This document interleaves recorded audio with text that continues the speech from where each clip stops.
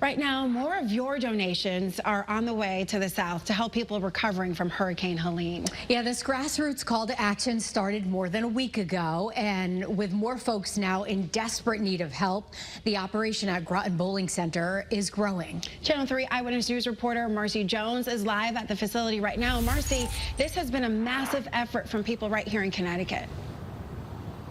That's right, and we're so happy to bring you the good news of the day. I know that we're all in desperate need of it. Now, we are in the very empty parking lot of the Groton Bowling Center. That's because there were 5 53-foot tractor trailers filled to the brim that left just a little while ago. This small but mighty group has pulled together to send tons of critical supplies. Very heartwarming to see this enormous effort of strangers helping strangers. According to their Facebook page, the Groton Bowling Center has been working around the clock to get the much-needed aid directly to Hurricane Helene victims. It all started with a simple post about collecting donations that would be delivered to folks in the area of Asheville, North Carolina, a place devastated by Hurricane Helene.